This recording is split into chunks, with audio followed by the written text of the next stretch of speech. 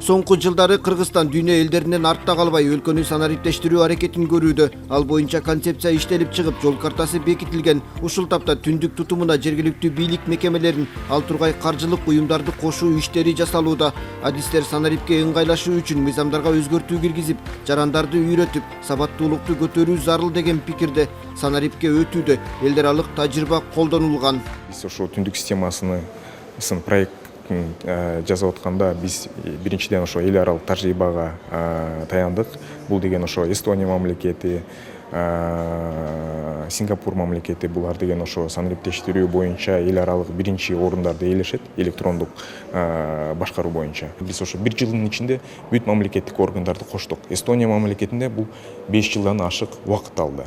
Өкмөт Санарип Кыргызстан концепциясын иштеп чыгып, дээрлик бардык мамлекеттик органдар түндүк тутумуна кошулуп, алардын маалымат алмашуусу камсыздалды. Бул жылга өлкөнү санариптештирүү алкагында 90 иш-чара каралып, анын 21 аткарылып калганы жыл аягына чейин ишке ашуусу күтүлүүдө. Калкка көрсөтүлгөн жеңилдиктин бир катары унаа салыгын төлөөнү мисал келтирсек болот.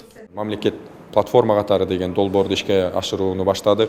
Бул долбоордун негизинде ошол жана мобилдик тиркеменин алкагында атайын ошол санариптик форматта кызматтарды жарандарга көрсөтүү.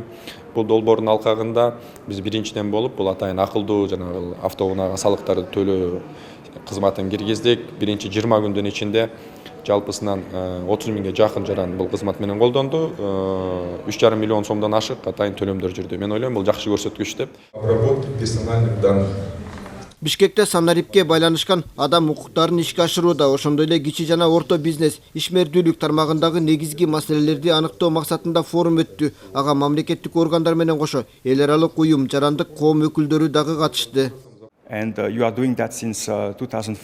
Кыргызстан санариптештирүүнү жүргүзүү жаатындагы прогресс менен сыймыктанса болот. Албетте шайлоо системасында түндүк тутумунда жаңы технологияларды киргизүү менен сыймыктана алабыз. ЭКК бул өзгөртүүлөрдү колдоп келе жатат. Дүйнөдөгү жана Кыргызстандагы санариптик өзгөртүүлөр менен катары биз жаңы технологияларды коопсуздук жана ишенимдүүлүк менен камсыз кылууга абдан маанилүү. Ошондой эле жарандардын жеке маалыматтарын коргоо, укуктарын урматтоо менен бирге өнүгүшүбүз керек. Санариптештирүүнүн башкы максаты мамлекеттик органдар өз ара маалымат алмашууну электрондук түрдө жүргүзүү, калкты тейлөөдө байланышты жок кылуу жана жарандарга жагымдуу шарт түзүү болуп саналат. Ушул тапта түндүк тутуму аркылуу маалымат алмашкандардын саны миллионго жеткен. Уланбек Тиканбаев, Азамат Жапаков, Ала Тоо 24.